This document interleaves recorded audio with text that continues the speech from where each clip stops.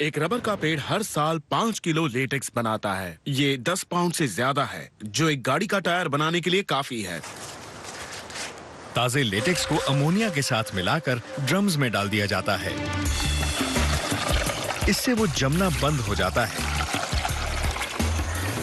लेकिन जब ये लोग फैक्ट्री पहुंचते हैं, ये इस पतले दूध जैसे लेटेक्स के साथ काम नहीं कर सकते। उन्हें इसे ठोस रबर में बदलना होगा।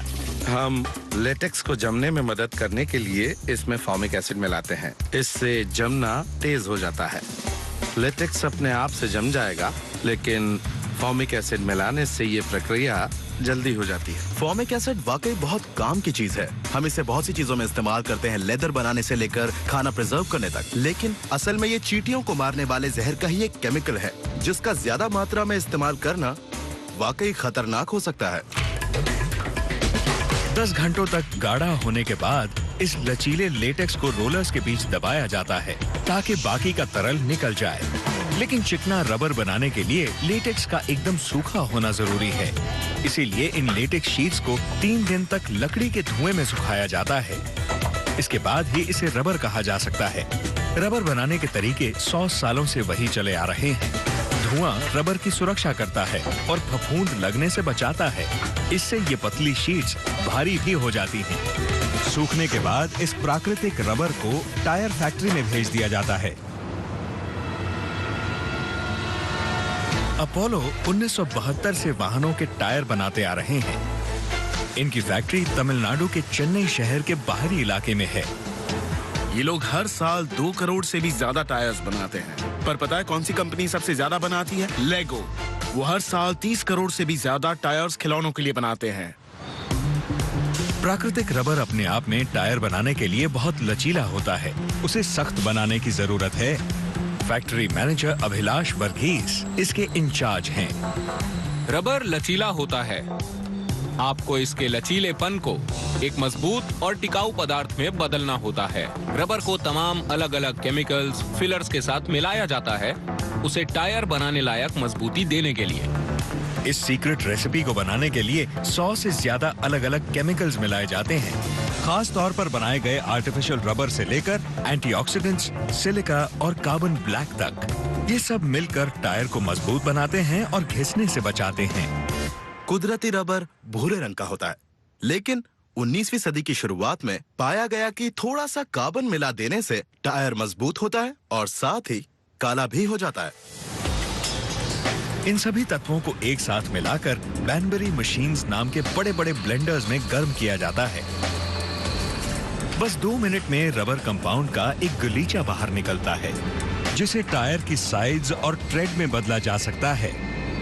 लेकिन ऐसे टायर के साथ आप ज्यादा दूर नहीं जा सकेंगे। इसे टायर काकस नाम की एक मजबूत अंदरूनी लाइनिंग चाहिए। शुरू करने के लिए पॉलिएस्टर शीट्स को एक मशीन में डाला जाता है, जहां गर्म रोलर्स दोनों तरफ रबर लगाते हैं। इसे प्लाई कहा जाता है। प्लाई की 2 परतों को एक घूमते हुए ड्रम पर एक एयर टाइट अंदरूनी लाइनर के ऊपर कसकर लपेट दिया जाता है। उसके बाद किनारे पर स्टील बीड वायर्स लगाई जाती हैं और प्लाई को दोनों तरफ से मोल्ड कर दिया जाता है।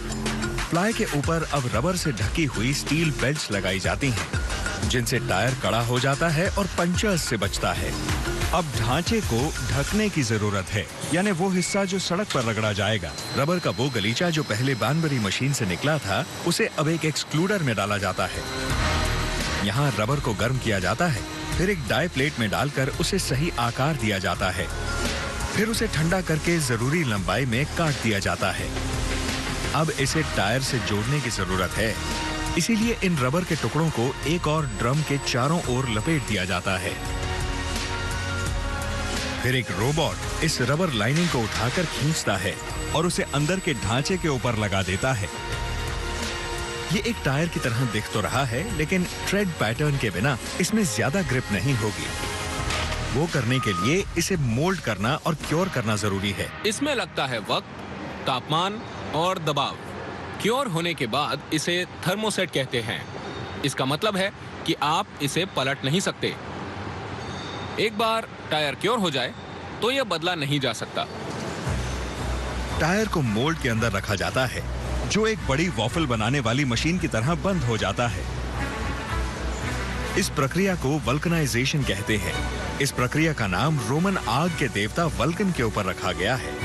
अंदर 180 डिग्री सेंटीग्रेड की गर्मी और 260 psi का भाप का प्रेशर रबर को मोल्ड करते हैं और ट्रेड पैटर्न को टायर में उभार देते हैं और प्रोडक्शन लाइन से निकलते हैं नए नवेले टायर।